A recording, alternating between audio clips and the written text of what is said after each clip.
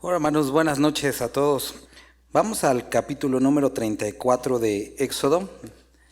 Estamos estudiando el libro de Éxodo y les animo a los que han estado a lo largo de estos meses que llevamos estudiando Éxodo, anotando, que hoy no sea la excepción, que puedan poner esto en sus notas. Vamos a intentar llegar a la conclusión del libro de Éxodo el día de hoy. Recuerden, nosotros hemos estado estudiando a través de estos meses cómo Dios tomó a esclavos, los sacó de su cautiverio, y eso, aunque complicado, milagroso, maravilloso, podríamos decir que era la parte fácil. Lo difícil era sacar la esclavitud de sus corazones. Y a través de todo este libro hemos estado estudiando cómo Dios trató individualmente con cada uno de ellos como nación, trató con los líderes, trató con Moisés, y están llegando a este punto en el que se rebelaron contra Dios, cayeron muchos, y Dios promete a Moisés que iba a estar con ellos. Ahora estamos llegando al capítulo 34, pero vamos a empezar a leer desde el 33. Nos quedamos hace un par de semanas en el versículo 17. Y hoy vamos a estar a partir del 33:18 estudiando. ¿Sale? Dice, él, quien es Moisés, recuerda, estaba hablando con Dios. Entonces dijo, te ruego que me muestres tu gloria. La primera parte del capítulo se había desarrollado la conversación en torno a la nación de Israel, con que Dios ya no iba a estar en medio de ellos. Moisés le dice, por favor, sé tú con nosotros y hallado gracia delante de tus ojos, y llegamos hasta ese punto. Él entonces dijo, entonces Moisés va un poco más allá, te ruego que me muestres tu gloria. Y él le respondió, yo haré pasar todo mi bien delante de tu rostro, y proclamaré el nombre de Jehová delante de ti, y tendré misericordia del que tendré misericordia, y seré clemente para con el que seré clemente. Dijo más, no podrás ver mi rostro, porque no me verá hombre y vivirá. Y dijo aún Jehová, he aquí un lugar junto a mí, y tú estarás sobre la peña, sobre esta roca, una hendidura describe en esa roca, en esa peña. Y cuando pase mi gloria, yo te pondré en una hendidura de la peña, y te cubriré con mi mano hasta que haya pasado. Después apartaré mi mano, y verás mis espaldas, mas no se verá mi rostro. Y Jehová dijo a Moisés, alízate 2 tablas de piedra como las primeras, y escribiré sobre esas tablas las palabras que estaban en las tablas primeras que quebraste. Prepárate pues para mañana, y sube de mañana al monte de Sinaí, y preséntate ante mí sobre la cumbre del monte. Y no suba hombre contigo, ni parezca alguno en todo el monte, ni ovejas, ni bueyes pascan delante del monte. Y Moisés alisó 2 tablas de piedra como las primeras, y se levantó de mañana y subió al monte Sinaí como le mandó Jehová, y llevó en su mano las 2 tablas de piedra. Vamos a orar. Padre, ponemos delante de ti esta porción que vamos a estar leyendo. Rogamos de tu presencia, de que tú traigas entendimiento a nuestras vidas, Dios. Padre, por favor, ayúdanos a comprender, ayúdanos a entender lo que tienes hoy para nosotros, Dios, y que podamos ser transformados por ti, Padre. Te lo rogamos en el nombre de tu Hijo Jesús. Amén. Ok. Miren, hermanos, este es un capítulo importante para todos, y en este tiempo para nosotros. Hemos estado estudiando el libro de Santiago. El libro de Santiago es un libro bastante duro porque es un hombre que habla derecho y que dice, qué bueno que digas tener fe, qué bueno que vayas a la iglesia, qué bueno que digas que tuviste un encuentro, qué bueno todo eso. Pero es necesario que haya frutos. Moisés está delante de Dios nuevamente y está deseándolo a él. Dios le había dicho, voy a cumplir todas mis promesas, pero no voy con ustedes. Y Moisés y el pueblo se entristecieron y dijeron, eso no sirve de nada.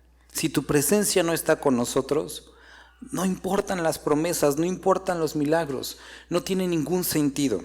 Ahora, Moisés desea algo más, y lo estábamos hablando la semana pasada, y dice, Dios, quiero ver tu gloria, quiero verte. Pero había un problema, que si Dios le decía, ok, Moisés, este es el conflicto, este es el problema para ti, que si tú ves mi gloria, vas a morir. No hay, dice aquí, no hay hombre que pueda ver a Dios y vivir. Esto es algo imposible, es algo que debes de entender. Pero Moisés, quiero que notes que no, iba a decir no se intimidó, pero él no cambió su deseo por el resultado de lo que iba a pasar. ¿Qué es lo que estamos viendo aquí, hermanos? Espero que... ¿Qué es lo que estamos viendo aquí? Y espero que pueda darme a entender y que ustedes puedan seguirme en esto. Estamos viendo a personas que vinieron de Egipto, que eran esclavas, como tú y como yo. Algunos de ustedes posiblemente cuando recibieron a Cristo les prometieron, les dijeron, tu vida va a ser lo más interesante y más feliz, lo cual no es cierto. Es una vida difícil, una vida totalmente contra cultura, contra el mundo, es una vida complicada en todos sus sentidos. Ahora, cuando Jesucristo le dice a sus discípulos, el que no coma de mi sangre, no coma de mi cuerpo y no beba de mi sangre, no es digno de mí, no puede seguirme. Y dice que muchos se sacaron de onda por esa declaración. ¿Qué es esto tan raro que está diciendo? ¿Por qué está diciendo algo tan raro como eso? Jesucristo también le dice a sus discípulos, el que quiera venir en pos de mí, lo sabemos como un dicho, niegue a sí mismo, tome su cruz y sígame. ¿Y qué significa eso? Morir. Significa morir. Algunos el día de hoy lo entienden como si fuera simplemente es un dicho, pero no es así. El cristianismo implica la muerte del individuo y el nacimiento de un nuevo delante de Dios. Muchas personas vienen a la iglesia diciendo mis planes, Dios, mis sueños, y Dios dice, nada de eso importa porque tienes que entender que eso es morir. Todo eso queda atrás y es todo nuevo, todo nuevo. Entonces, aquí estamos con Moisés, él dice, quiero ver tu gloria. Y Dios le dice, hay un costo para ver mi gloria, la muerte. Y el día de hoy sigue siendo verdad, hay un costo para poder ver su gloria en nuestra vida. Su muerte en la cruz, pero después la muerte del individuo. Y el nuevo nacimiento no es un cliché, no es un refrán, no es algo, no es una alegoría, no es una metáfora, es verdad. Tienes que morir a lo que tú eres y Dios tiene que hacer algo nuevo de ti. Es para mí a veces sorprendente verme a mí mismo, iba a decir de los demás, pero mejor empiezo por mí. Verme a mí mismo, a veces venir, a veces enseñar y cosas como estas y descubrirme en la semana con cosas que supuestamente ya no deberían de estar ahí. Y es esto, necesitamos morir a nosotros mismos. De otra forma, no podremos ver su gloria. Muchas personas desean, quiero ir a la iglesia y quiero sentir mi corazón vibrar, quiero sentir su espíritu. Y muchos el día de hoy, ignorantemente, le echan la culpa a la alabanza, a la forma de la enseñanza, a esto, a lo otro, cuando la única razón por la cual una persona no experimenta la presencia de Dios es su propio pecado. Vienen a la iglesia están fuera de la iglesia echándole la culpa a medio mundo y vienen a la iglesia y siguen echándole la culpa de por qué ellos no pueden experimentar a Dios. Pero aquí nosotros estamos viendo un hombre que deseaba experimentar a Dios. Muéstrame tu gloria. Y si esa es tu condición, déjame decirte que la condición para ver su gloria es que te mueras. Niéguese a sí mismo, tome su cruz y sígueme. Significa eso. Ahora, quiero que notes lo siguiente, porque la muerte que Dios le decía a Moisés era la física, la física y de todo tipo, ¿no? Pero aquí quiero que podamos ver esta imagen que estamos viendo. Le dice, no se puede, Moisés, porque te vas a morir. Pero lee esto, hermano, y espero que puedas entenderlo. Entonces, versículo 19, yo haré pasar todo mi bien delante de tu rostro y proclamaré. Es interesante que Dios iba a pasar, iba a estar proclamando, es decir, diciendo, hablando el nombre de Jehová delante de ti. Y tendré, es también esto importante, subrayalo, tendré misericordia del que tendré misericordia y seré clemente para con el que seré clemente. ¿Qué tiene que ver la misericordia aquí? ¿Qué tiene que ver la clemencia aquí? Dijo, mas no podrás ver mi rostro porque no me verá hombre y vivirá. Nosotros sabemos y lo hemos leído que Dios se ha dado a conocer a través de la persona del Hijo, a través de Jesucristo. Ahora, sigue esto. Y cuando pase mi gloria, yo te pondré en una hendidura, en la peña, en la roca, y te cubriré con mi mano hasta que haya pasado. Ahora, espero que te esté sonando algo en tu mente, diciendo como que eso lo había leído. Vamos a Colosenses capítulo 3. Lo estuvimos estudiando hace un par ya de meses, o creo que ya fue el año pasado, pero vamos a Colosenses capítulo 3. Para los que están en el oriente, espero que se acuerden que están viendo Colosenses. Colosenses capítulo 3. Si pues habéis resucitado con Cristo, buscad las cosas de arriba, donde está Cristo sentado a la diestra de Dios. Y quiero que notes que aquí nos dice, voy a ponerte algo que está junto a mí, ¿no? Poned la mira en las cosas de arriba y no en las de la tierra. Porque, ¿qué dice? Habéis muerto. ¿Y vuestra vida qué? Está escondida con Cristo en Dios. Ahora, entonces, lo que hace Dios con Moisés es un símbolo nuevamente. Toma a Moisés y lo pone en la roca, la cual es Cristo, y lo cubre con su mano, escondido en Cristo. Porque la única forma de estar parados delante del Padre y experimentar su presencia, su gloria, es escondidos en Cristo. Es la única forma que Él pueda ver a Cristo en nuestra vida. De otra forma seríamos consumidos. Cristo en tu vida, y entonces puedes ver su gloria. Entonces, Jesucristo le decía esto a la multitud y hablaba del hombre insensato que edificó su casa sobre la arena.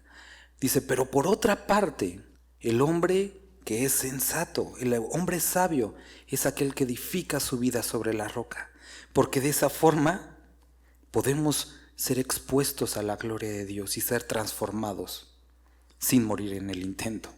Porque lo que detiene o lo que detuvo el juicio de Dios sobre nuestra vida fue su sacrificio en la cruz. Y por eso Colosenses dice, habéis muerto y vuestra vida está escondida con Cristo en Dios.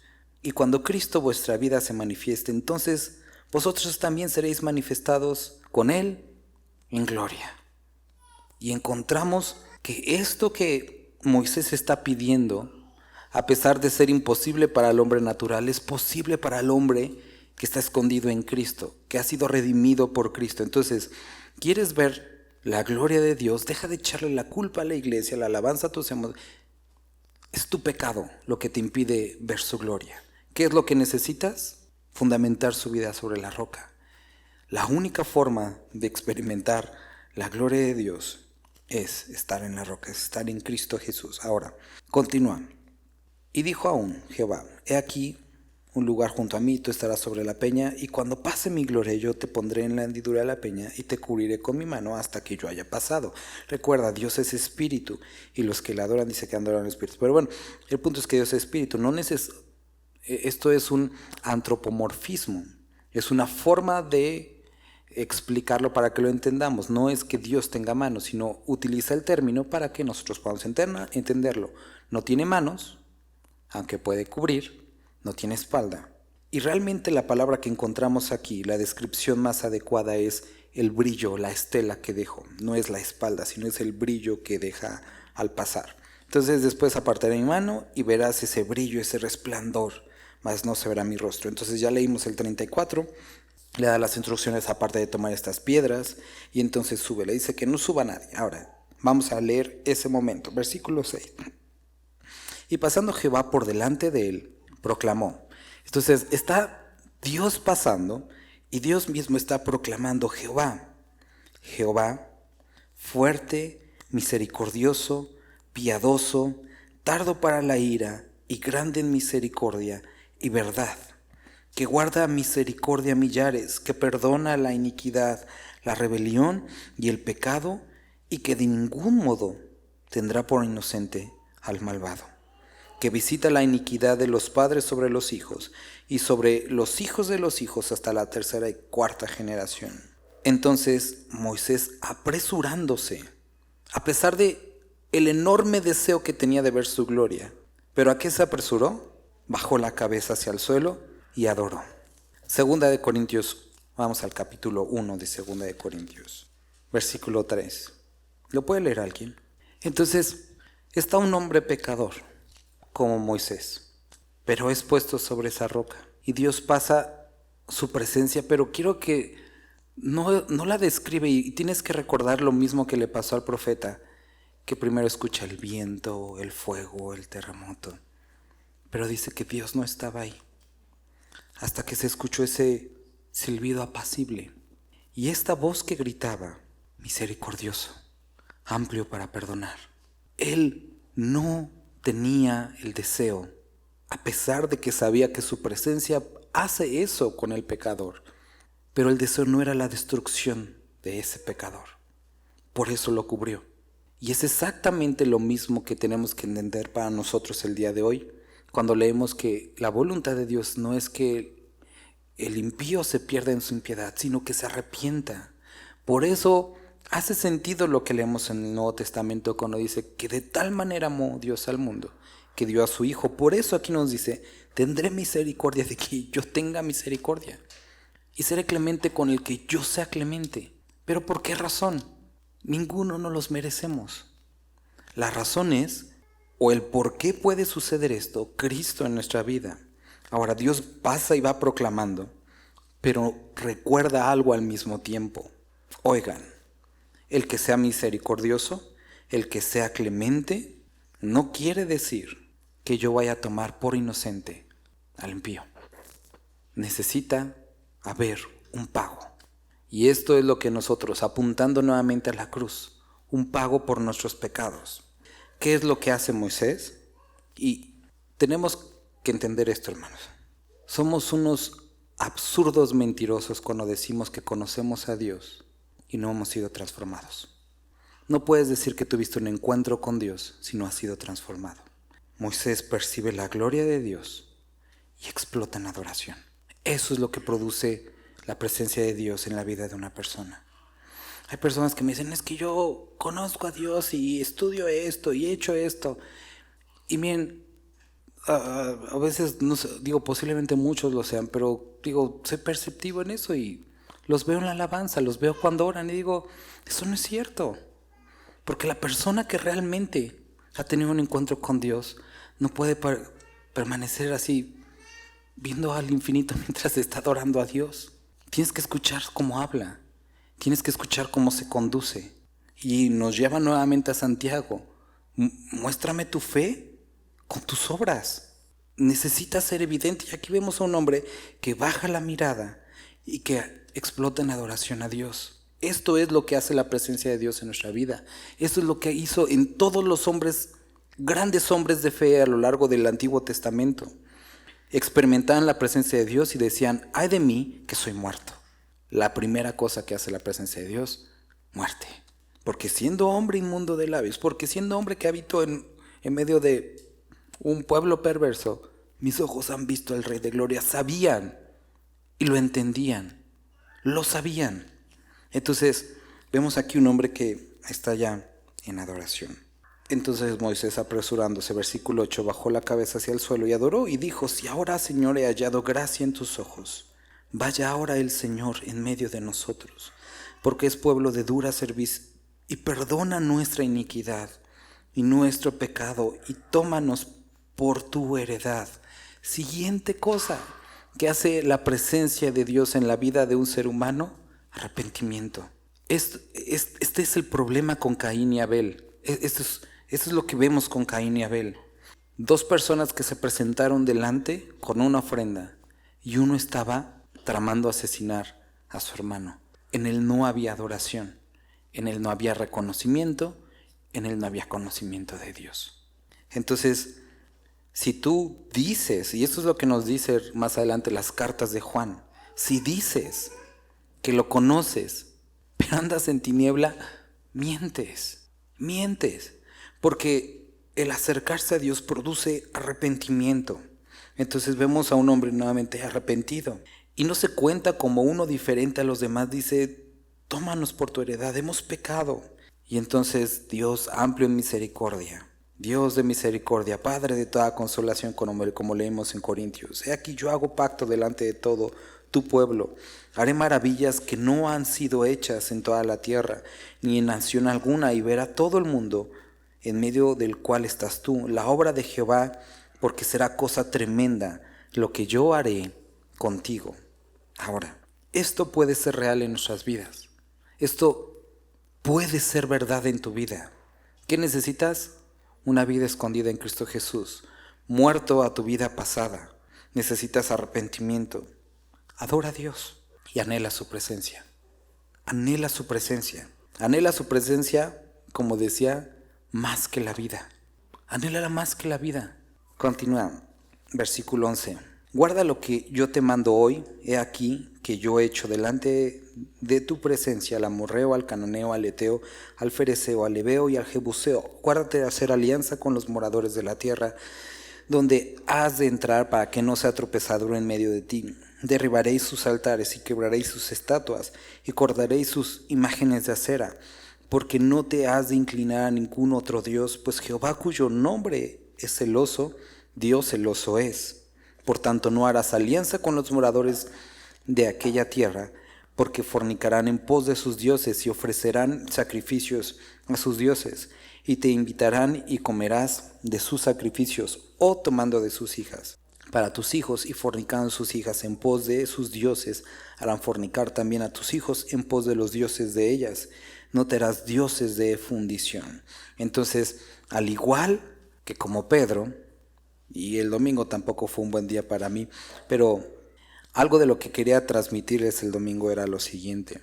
Pedro comete un gran error cuando Cristo le dice: Pedro, de cierto te digo que me vas a negar. El error de Pedro no fue su buena intención al decir: no, Señor, yo nunca te voy a negar. Fue el no entender quién lo había dicho. Déjame explicártelo. Si Dios lo dijo, es verdad, ¿no? Es verdad. Entonces Jesucristo le estaba advirtiendo: Pedro, me vas a negar. La respuesta a esa declaración no era: no, Señor, yo nunca lo voy a hacer, porque era verdad que lo iba a negar. La respuesta a esa afirmación era de: ¿y qué puedo hacer? ¿Y qué puedo hacer?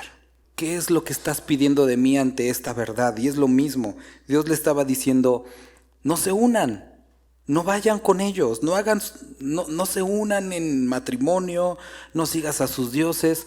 Y algunos podrían haber dicho: no, Señor, nunca lo vamos a hacer. Eso es necio, sí va a suceder. Y aquí la respuesta a esto es: entonces, ¿qué podemos hacer?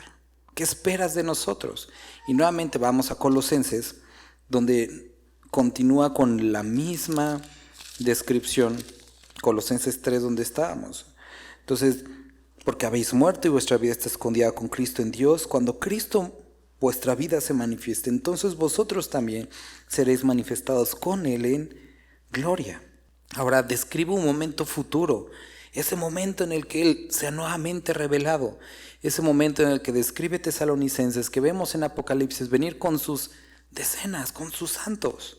Ahora, pero antes de que eso suceda, nos dice aquí: ¿qué es lo que tienen que hacer? Porque está la gran posibilidad de, por estar en el mundo, involucrarse con el mundo y caer. Dice: haced morir pues lo terrenal en vosotros: fornicación, impureza, pasiones desordenadas, malos deseos, avaricia, que es idolatría, cosas por las cuales la ira de Dios viene sobre los hijos de desobediencia, en las cuales vosotros también anduvisteis en otro tiempo, cuando vivíais en ellas. Pero ahora dejad también vosotros todas estas cosas. No solamente las primeras que dices: ay, sí, qué horrible, fornicación, idolatría, pero también ira, enojo, malicia. Y podríamos decir, porque ira es como casi lo mismo que enojo. Cuando estudiamos Colosenses explicábamos la diferencia, ¿no? La ira, que esa primera emoción que pudiéramos parecer o como hablar que es medio normal, pero que nos lleva a pecar, ¿no? Enojo, malicia, blasfemia, palabras deshonestas de vuestra boca. No mintamos los unos a los otros, habiéndoos despojado del viejo hombre con sus hechos. Y te animo a que subrayes del viejo hombre con todas sus cosas que hacía. Entonces, ¿qué es lo que les está diciendo aquí? Yo voy a hacer pasar mi gloria delante de ti. Quiero que veas mi gloria. Estás escondido en Cristo. Voy a tener misericordia de ti. Pero algo que podría producir, y ahorita lo vamos a leer más adelante, que no seas consciente, que no puedas percibir esa gloria, es que te mezcles con ellos, que hagas lo que ellos hacen, que no mueras a tu viejo hombre. Ahora, quiero que notes lo siguiente. Versículo 5, ¿qué dice? Haced morir, pues lo terrenal, en vosotros. ¿Es tarea de Dios o es tarea tuya? Es tarea tuya, pero ¿cómo lo hacemos? Ya, lo hemos hablado los últimos 4. Él dio los medios, que es su palabra, la forma de santificación. Entonces Él hizo la parte. ¿Qué otra parte hizo? Pagó por nuestros pecados. ¿Qué otra cosa hizo? Y nos hizo libres de nosotros mismos y libres de nuestros pecados.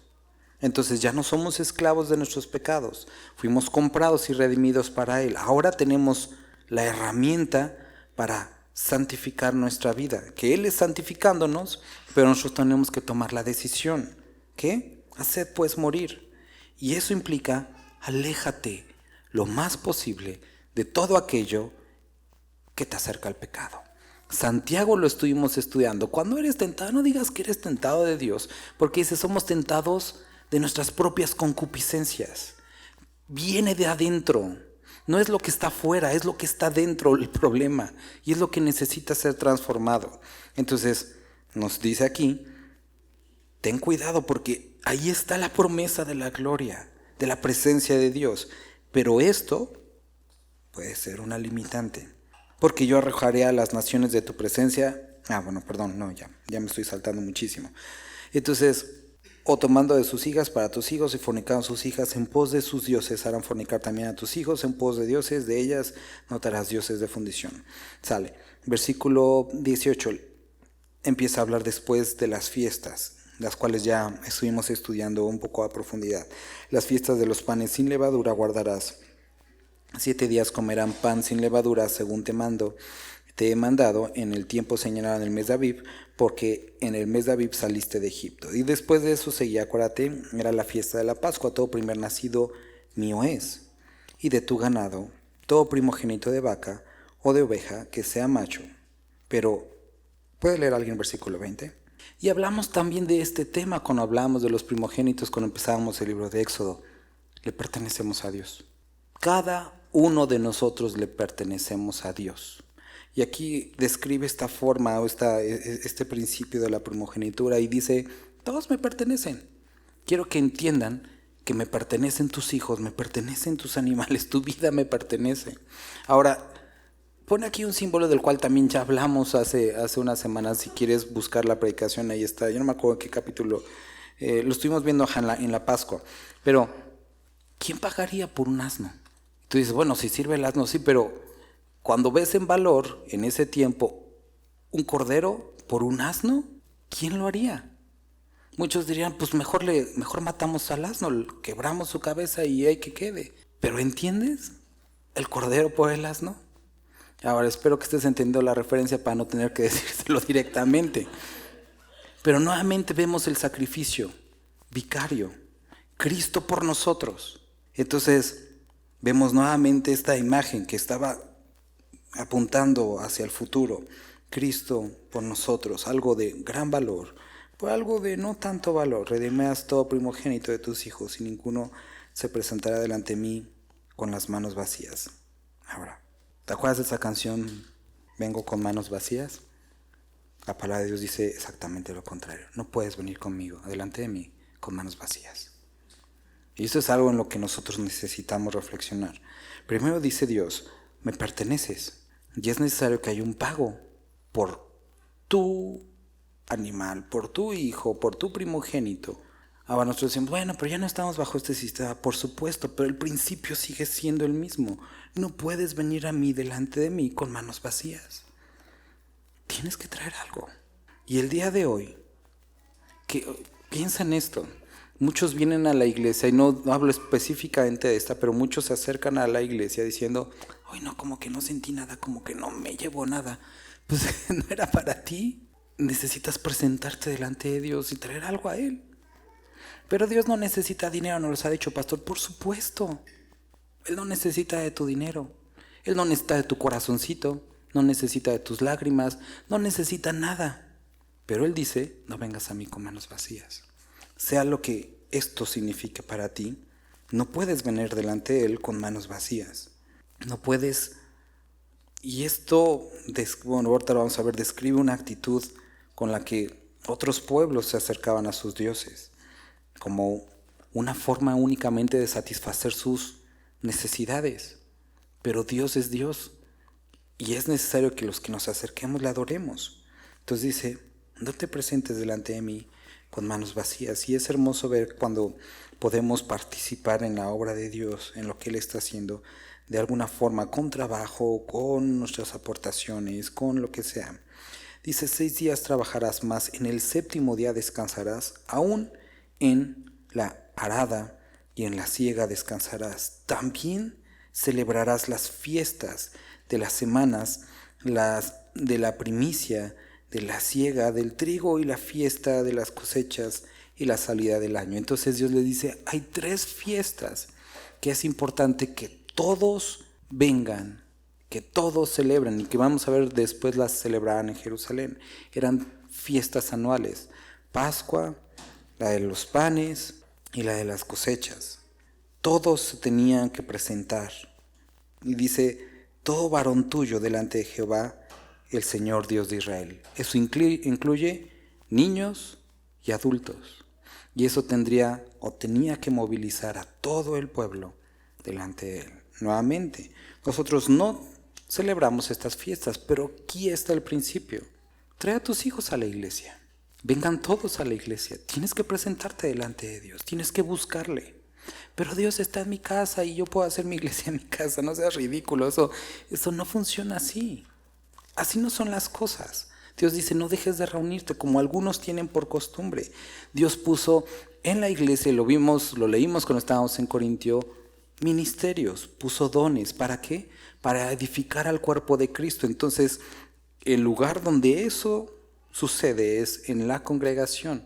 Y entonces somos edificados a través de la enseñanza, a través del pastorado, a través de la profecía, a través del evangelismo que Dios hace y sucede dentro de la iglesia. Ahora, lo que muchos dicen, pero entonces, ¿qué va a suceder?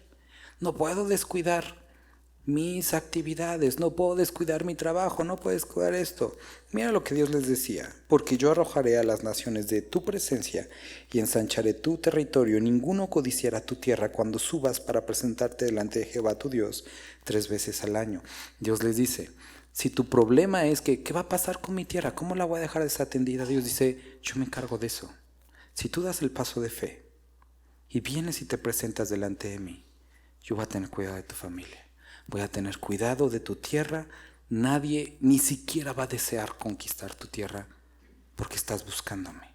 Entonces, como creyentes, cuando estamos convencidos de que Dios nos ha mandado algo, si nosotros hacemos eso, no tenemos que tener miedo de, ¿y mi familia y mi casa? Sigue siendo el mismo principio. Yo me encargo de lo tuyo, es mío, dice Dios, o sea, es de Dios. Y nuestra vida está segura en Él. Podremos decir, pero hay muchas historias de misioneros que han perdido la vida. Hermanos, perdemos la perspectiva de lo valioso que es para Dios la muerte de un santo. En su presencia estamos mejor. Y esto es algo de lo cual yo había estado durante varios meses meditando y diciendo, Dios, estaré descuidando a mi familia, privándole de oportunidades, privándolo de experiencias, privándole de comodidades. Y nuevamente aquí cuando leo, Dios me confirma esto. Tú haz lo que yo te estoy pidiendo y yo me encargo de tu familia, yo me encargo de tu casa, yo me encargo de lo tuyo, porque es mío también. Entonces, versículo 26 5. No ofrecerás cosa leudada junto con la sangre de mi sacrificio, ni se dejará hasta la mañana el sacrificio de la fiesta de la Pascua. Ya lo habíamos leído. Las primicias de los primeros frutos de tu tierra llevarás a la casa de Jehová tu Dios. No cocerás al cabrito en la leche de su madre. Entonces, ¿qué es lo que dice? Describe. Primero, acuérdate, no vas a venir delante de mí con manos vacías. Es un principio que debemos recordar. Lo segundo, aquí describe, habla un poco acerca de la Pascua, de comer todo el sacrificio de la Pascua, y después habla acerca de las primicias, de los primeros frutos. De tu tierra llevarás a la casa de Jehová. Entonces está hablando de los diezmos que ellos traían y decide, los vas a llevar ahí a la casa del Señor, es decir, a donde se reúne, donde te reúnes, ¿no? ¿Qué es lo que sucede? Algunos dicen, bueno, yo tengo mi diezmo, esto que he apartado para Dios. Yo lo voy a administrar y lo voy a ir dando a los pobres que me encuentre. Y Dios dice, es que no funciona así. Tú puedes darle a los pobres de tu dinero y dáselos. Qué bueno, Dios dice, hagamos eso. Pero como todos lo entendemos, no puedes dar a lo que no es tuyo. Y en el caso de esto, Dios dice, eso lo vas a traer a la casa. Unos podrán decir, qué conveniente como pastor decir eso.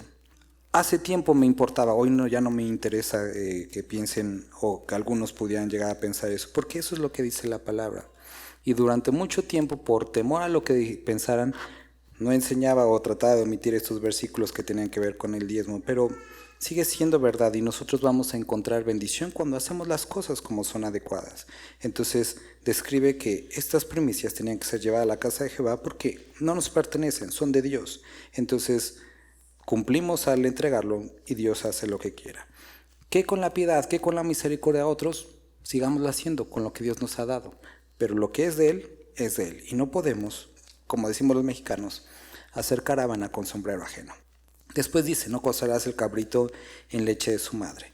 Y entonces, ¿qué es lo que sucede hoy? Hicieron tantas reglas, tantas cosas acerca de esto, al punto en el que no comen hasta el día de hoy los judíos practicantes nada de carne con queso, con leche, para no caer en esto. Pero lo que describiera era una práctica pagana, una práctica relacionada con la fertilidad, en la que ellos cocían animales en la leche de su madre, ¿no? O incluso lo llegaban a hacer hasta con seres humanos. Ahora, ¿qué es lo que está describiendo al principio? Todo ritual, todo lo relacionado con la fertilidad o con la prosperidad, dice, no lo vas a practicar. Aléjate de eso. Incluyendo las herejías y mentiras que se predican en algunas iglesias cristianas relacionadas con la prosperidad. Dice Dios, ojo con eso, no lo vas a practicar. Porque yo soy tu proveedor. No tienes que andar buscando detrás o relacionándote con ritos, con prácticas de fertilidad, de prosperidad. Eso es lo que estaba tratando de decir aquí, o eso es lo que dijo Dios más bien. Versículo 27, y Jehová dijo a Moisés, escribe tú estas palabras, porque conforme a estas palabras he hecho pacto contigo y con Israel. Y estuvo allí con Jehová 40 días y 40 noches, no comió pan, ni bebió agua, y escribió en tablas las palabras del pacto y los 10 mandamientos. Y podríamos decir, ¿no le dio hambre? Por supuesto que no, era algo especial, era algo diferente, era algo que estaba con Dios. Y aconteció que descendió Moisés del monte Sinaí con las tablas del testimonio en su mano. Al descender del monte no sabía Moisés que la piel de su rostro resplandecía. Después que hubo hablado con Dios, y Aarón y todos los hijos de Israel miraron a Moisés, y aquí la piel de su rostro era resplandeciente. Y tuvieron miedo de acercarse a él. Decían, este se ve raro, estuvo con Dios y hay una evidencia física de su trato con Dios. ¿Entiendes? Una evidencia física de su estar con Dios. Es exactamente lo que estamos estudiando en Santiago. El estar con Dios debe de verse. No es algo que uno dice, es que no, tú no sabes, pero he estado con Dios. Si has estado con Dios, los demás se dan cuenta. Se tienen que dar cuenta. Hay una evidencia de nuestra fe. Ahora, no estoy diciendo que nuestro rostro vaya a brillar, pero quiero que notes que aquí las personas incluso tenían miedo de acercarse a Él. Yo recuerdo mucho de niño, algunos el día de hoy ya tienen conflicto con eso, pero había un profeta, no uno de esos charlatanes del día de hoy, sino uno de veras. No uno que decía, yo profetizo que me tienen que dar dinero, algo así, no, sino una persona a la cual a veces te acercaba y te decía, oye, estás en este pecado, arrepiéntete, y hablaba de la palabra, ¿no? O sea, nada, algo totalmente legítimo. Y yo recuerdo que yo de niño lo veía y yo no me quería sentar junto a él, porque decía, ¿qué tal si me dice algo y me saca mis trapitos al sol? Y yo veía que muchos hermanos estaban en esa condición. Lo respetaban, lo querían, pero lo veían de lejos. Esto es lo que hace la presencia de Dios. Trae convicción de pecado. Y esto es lo que debería de suceder cuando nosotros estamos en contacto con Dios, que las personas se sientan incómodas de decir groserías, incómodas de decir cosas obscenas, incómodas de actuar como actúan comúnmente. Que la presencia de Dios traiga convicción de pecado. Esto es lo que estaba sucediendo con Moisés y nuevamente estamos hablando de esas evidencias. Entonces, versículo 31, Moisés los llamó y Aarón y todos los principales de la congregación volvieron a él y Moisés les habló. Después se acercaron todos los hijos de Israel, a los cuales mandó todo lo que Jehová les había dicho en monte Sinaí. Y cuando acabó Moisés de hablar con ellos, puso un velo sobre su rostro, se dio cuenta y entonces cubrió su rostro con un velo. Cuando venía Moisés delante de Jehová para hablar con él, se quitaba el velo hasta que salía, y saliendo decía a los hijos de Israel lo que le era mandado. Y al mirar los hijos de Israel el rostro de Moisés, veían que la piel de su rostro era resplandeciente. Y volvía Moisés a poner el velo sobre su rostro hasta que entraba a hablar con Dios. Entonces, más adelante nosotros vemos la descripción de qué es lo que sucedía con este velo. Nosotros lo leímos en el Nuevo Testamento. ¿Qué es lo que sucede? Que dejaba de brillar su rostro. Y entonces Moisés, como para que no se viera tanto eso, se cubría el rostro. Pero lo que nos describe aquí también es que volvía a entrar a la presencia de Dios. Y ese, vamos a llamar, se volvía a recargar su brillo. Eso es lo que sucede. Ayer hablaba con una pareja y decía, bueno, es que cuando no leo empezamos a pelear. Y el esposo decía, ¿a poco eso sí se puede, pastor? Que nomás porque no lee por eso peleamos. Es bastante probable. ¿Por qué? Porque es fruto de la carne. Las peleas son fruto de la carne. Entonces, cuando perseveramos en el Espíritu, nuestras pláticas, nuestro comportamiento es producto del Espíritu. Pero cuando no perseveramos en Dios, entonces seguramente es de la carne. Entonces, ¿qué es lo que estamos viendo aquí? A un hombre que entendió que si quería ese brillo delante del pueblo, necesitaba estar en la presencia de Dios. Y no sé si tú, pero yo me he sentido de repente así. Días en los que nomás como me siento sin nada que dar, no mucho que hablar, sin poco ánimo. Y es lo que describe también la palabra. Los jóvenes flaquean y caen, pero los que esperan el Señor tendrán nuevas fuerzas. Y entonces, si quieres esto, no que tu cutis se vea brillante, sino la presencia de Dios en tu vida, necesitas ser constantemente expuesto a Él. Esto es lo que sucedió con los apóstoles. A pesar de ser salvos, a pesar de tener las enseñanzas de Cristo, a pesar de estar involucrados en la obra, se acercaban, oraban y decían, Dios, mira sus amenazas, permítenos tener de nuevo. Y venía el Espíritu Santo sobre sus vidas y tenían poder de Dios para ser testigos. Esto es de lo que estamos hablando. Estamos hablando de personas que entienden, que entendemos la tarea que tenemos delante y que por nuestras propias fuerzas no podemos. Necesitamos su presencia. Entonces Moisés convocó a la congregación. Y si están diciendo, pastor, ya con eso, no, vamos a darle, todavía tengo tiempo. Moisés convocó a toda la congregación de los hijos de Israel y les dijo, estas son las cosas que Jehová ha mandado que sean hechas. 6 días se trabajará más, el día 7º será santo, día de reposo para Jehová. Cualquiera que hiciere trabajo, alguno morirá. No encenderéis fuego en ninguna de vuestras moradas en el día de reposo. Ya hablamos acerca del día de reposo, estuvimos viendo una hora entera hablando acerca del día de reposo cuando estudiamos Éxodo 20. Si quieres saber más de esto, puedes buscar la predicación. La ofrenda para el tabernáculo. Y habló Moisés a toda la congregación de los hijos de Israel diciendo, esto es lo que Jehová ha mandado. Tomad entre vosotros ofrenda para Jehová, todo generoso de corazón.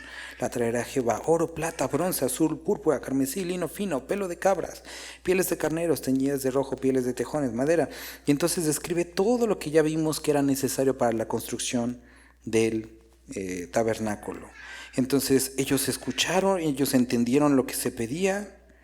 ¿Y qué es lo que sucedió? No subió Moisés a un tecladista y para que empiecen a tocar el piano y empezaron a orar y saquen. No hubo una manipulación, ni siquiera fue, quiero que vean que ni siquiera fue en el momento. ¿Qué es lo que sucedió? Salió toda la congregación de los hijos de Israel delante de Moisés, y vino todo varón, y escucha, a quien su corazón estimuló, y todo aquel a quien su espíritu le dio voluntad, con ofrenda a Jehová para la obra del tabernáculo. Esto es lo que dice Pablo más adelante. Dios ama al dador alegre. No des por dolor ni por obligación, sino en plena convicción. Y entonces escucharon de la necesidad de esto, escucharon lo que se necesitaba, consideraron lo que tenían y regresaron y dieron. Quiero que veas que no fue un acto emocional, porque no fue como, sí, vamos. Fueron a su casa y Dios tocó su voluntad, tocó su entendimiento y lo hicieron. Ahora, primero dice, no vengas delante de mí con las manos vacías. Después hablamos de esto que tenía que ser llevado a la iglesia, los diezmos o las primicias. Y aquí estamos viendo de una ofrenda totalmente diferente. Y cada una de ellas es producto de un corazón que ha entendido que Él es su Dios. Y creo que no hay mucho más que decir acerca de eso. Entonces, todos traían a Jehová, todos, incluyendo los príncipes, es decir, los que estaban en liderazgo, trajeron piedra onis, la piedra de engaste para el efod del pectoral 27. Los hijos de Israel, así hombres como mujeres, todos los que tuvieron corazón voluntario para traer para toda la obra que Jehová había mandado por medio de Moisés que hiciese, trajeron ofrenda voluntaria a Jehová, todos. Y dijo Moisés a los hijos de Israel, mirad, Jehová ha nombrado a Besaleel hijo de Uri, hijo de Ur, de la tribu de Judá, y lo ha llenado del Espíritu de Dios en sabiduría, en inteligencia, en ciencia, en todo arte, para proyectar diseños, para trabajar en oro, en plata y en bronce, y en talla de piedras de engaste, y en obra de madera, para trabajar en toda labor ingeniosa, y ha puesto en su corazón el que pueda enseñar así, él como a Ahiloab, hijo de Ahisamac, de la tribu de Dan, y los ha llenado de sabiduría de corazón, para que hagan toda obra de arte, de invención y de bordado azul, en púrpura, en carmesí, en lino fino, en telar, para que hagan toda labor e inventen todo el diseño. Entonces tenemos dos condiciones, pero es necesaria una tercera. Unos que tenían lo suficiente para aportar. Y dices, qué padre, que Dios los bendijo, ahí tenían todo. Y otros que tenían la capacidad para trabajar. Y qué padre. Y en la iglesia, en la vida, siempre va a haber este tipo de personas, los que tienen el dinero para aportar y los que tienen la capacidad para trabajar. Pero falta una tercera, disponibilidad. Porque muchos tienen, pero dicen, pero no quiero dar. Y muchos pueden hacerlo, pero dicen, pero no quiero trabajar. Entonces, no interesa si tienes, no interesa si sabes o puedes. Al final se reduce si quieres. A eso se reduce, si quieres hacerlo. Ahora, la necesidad estaba ahí y Dios había preparado corazones.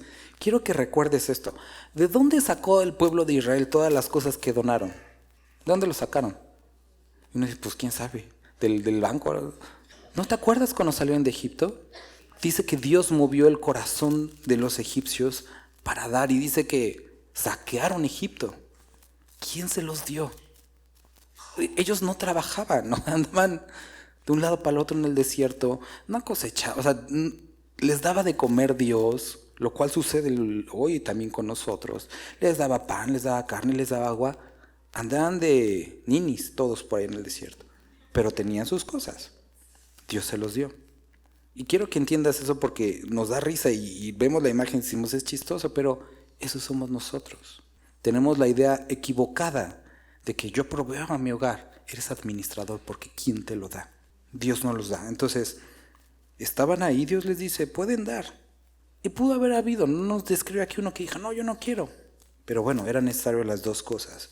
Entonces, Dios preparó tu corazón y también por otra parte, si te dio talentos, ¿para qué te los dio? Para hagan toda labor e inventen todo diseño. Y no solamente eso, sino aquí nos describe personas capacitadas para toda buena obra, pero también para enseñar a otros a hacerlo, lo cual es sumamente interesante.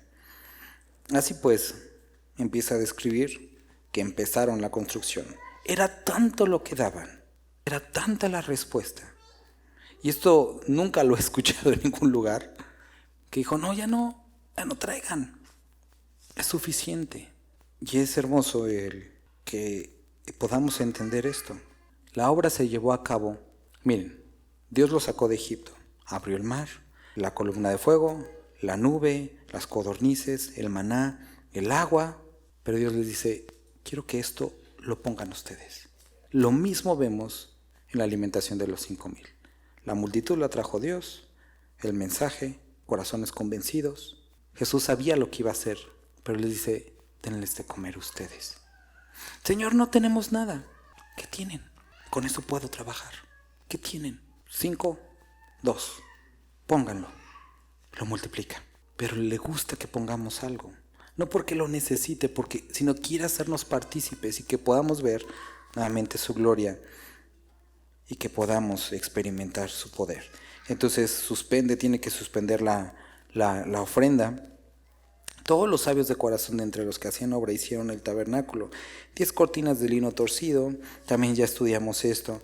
Y describe toda la hermosura de cómo se veía el tabernáculo por dentro. Y esto también quiero recordártelo. Pero por encima era el pelo de cabra, negro. Tú lo veías de afuera y decías, pues no se ve tan chido, no se ve.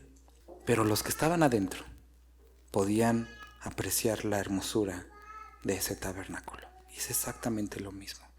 De fuera puedes ver como, pues está bonita, grande. Pero cuando estás adentro, cuando estás en la presencia de Dios, es otra onda. Entonces, estuvimos ya hablando acerca de todo el tabernáculo.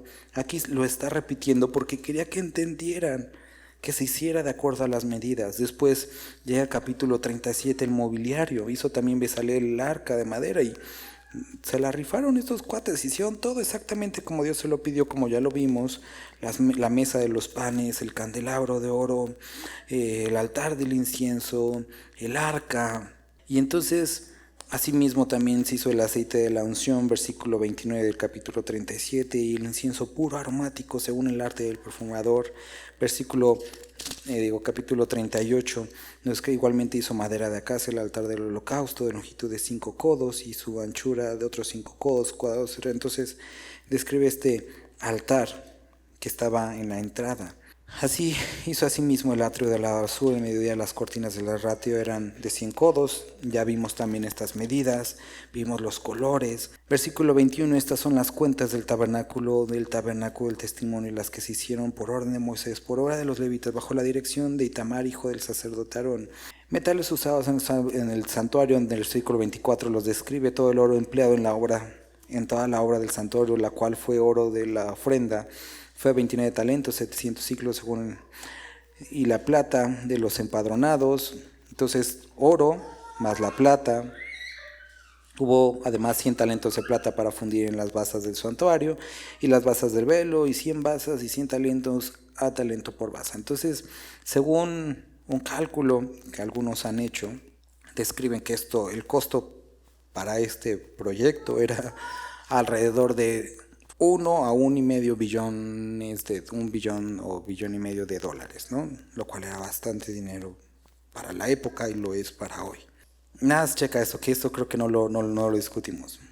El bronce ofrendado fue 60 talentos y 2,400 ciclos, del cual fueron hechas las basas de la puerta del tabernáculo de reunión, y el altar de bronce, y su enrejado de bronce, y todos los utensilios del altar, y las bases del atrio de alrededor de las bases de la puerta del atrio, y todas las estacas del tabernáculo, y todas las estacas del atrio alrededor. Ahora, no sé si recuerdas que lo habíamos hablado. Esto se me hizo interesante recordar el día de hoy. El altar de bronce fue producido con bronce donado por los espejos o parte de los espejos que las mujeres dieron. Es interesante que lo mencione. ¿Por qué? Porque era un artículo utilizado de una forma como algo para mí, para verme a mí. Y ahora lo ibas a ver en el altar del sacrificio, donde tenía que ver con el sacrificio por todos, ¿no? Y quería que pudiéramos recordar eso, que cuando nosotros participamos en la obra de Dios, a pesar de que Él no necesita, podemos ver algo que era originalmente diseñado para la satisfacción de mis deseos, ahora aplicado como medio para que otros sean alcanzados. Entonces se me hizo algo interesante de notar. Capítulo 39. Entonces describe las vestiduras de los sacerdotes, de las cuales ya también hablamos. Y llegamos al versículo 32. Así fue acabada toda la obra del tabernáculo de reunión. Hicieron los hijos de Israel como Jehová lo había mandado a Moisés. Cada una de las cosas, cada uno de los elementos, como Dios lo había mandado. Versículo 43. Y vio Moisés toda la obra, y aquí que la habían hecho como Jehová había mandado. ¿Y qué? Y los bendijo. En la obediencia hay bendición. La obediencia tiene un costo, pero siempre en la obediencia vamos a encontrar bendición. Capítulo 40. Luego Jehová habló a Moisés: en el primer día del mes, primero harás levantar el tabernáculo de reunión. Entonces le pide que lo haga, y Moisés nuevamente lo hace así. Vamos a ver en este capítulo repetido una y otra vez: y así lo hizo, y así lo hizo, y así lo hizo como Jehová lo mandó. Puso asimismo la cortina de la entrada al tabernáculo, versículo 28, colocó el altar, versículo 29, 30 el lavatorio, el 31, y Moisés y Aarón y sus hijos lavaban en ellos sus manos y sus pies cuando entraban en el tabernáculo de reunión, y cuando se acercaban al altar se lavaba como Jehová había mandado a Moisés. Finalmente erigió el atrio alrededor del tabernáculo y el altar, y puso la cortina a la entrada del atrio. Así acabó Moisés la obra. Entonces, ve qué hermoso esto. Una nube cubrió el tabernáculo de reunión, y la gloria de Jehová llenó el tabernáculo. Y no podía Moisés entrar en el tabernáculo de reunión, porque la nube estaba sobre él, y la gloria de Jehová lo llenaba. Y cuando la nube se alzaba del tabernáculo, los hijos de Moisés se movían en todas sus jornadas. Pero si la nube no se alzaba, no se movían hasta el día en que ella se alzaba, porque la nube de Jehová estaba de día sobre el tabernáculo, y el fuego estaba de noche sobre él, a la vista de toda la casa de Israel en todas sus jornadas. Esto era algo físico. Quiero que lo puedas ver y podamos entender cuando lleguemos a Josué, por qué es que dice que el temor de Jehová y el temor del pueblo cayó sobre Jericó. Dice que escucharon lo que Dios había hecho al otro lado del Jordán. Imagínate como un pueblo pagano subirte a una montaña y ver desde lejos el campamento de esa multitud como de 2 millones de personas, y una columna de fuego todo el día, toda la noche, y una nube en el día. Imagínate el terror de eso. La presencia de Dios estaba en medio de ellos. No lo entendían y les atemorizaba. Y el pueblo de Dios estaba ahí cuando obedecieron, cuando murieron a ellos, cuando entregaron lo que tenían. La presencia de Dios se derramó. Eso es lo que necesitamos como iglesia. Necesitamos la presencia de Dios. Necesitamos ser un grupo de personas que morimos a nosotros mismos, que buscamos adorarle. Tenemos que dejar a un lado ¿y qué los demás? Necesitamos nosotros, los que quieran hacerlo. Y puede ser que por el ánimo de algunos se despierte la prontitud de otros, y que veamos dentro de poco la presencia de Dios de una manera diferente, que pueda ser incluso palpable en alguna forma en esta comunidad que tanto necesita la luz de Dios. Yo te reto, hermano, a que puedas ver esto y que puedas, como Moisés anheló: Dios, quiero ver tu gloria. Y que cuando Dios te diga va, estés pronto a decir: sé cuál es el costo, Dios. Tengo que morir a mí mismo. Vamos a orar. Padre, te agradecemos mucho por que hoy pudimos concluir este libro que nos ha tomado varios meses leer. Padre, es retador ver cómo tú no nos dejas, y nuestra necedad, pero tu misericordia, tu clemencia, tu deseo constante, cómo mueves corazones para buscarte, cómo das los medios para buscarte, para encontrarnos contigo. Padre, ayúdanos. Queremos ver tu poder, queremos ver tu gloria, queremos experimentar tu presencia en medio de nosotros. Te anhelamos, Dios. Amén.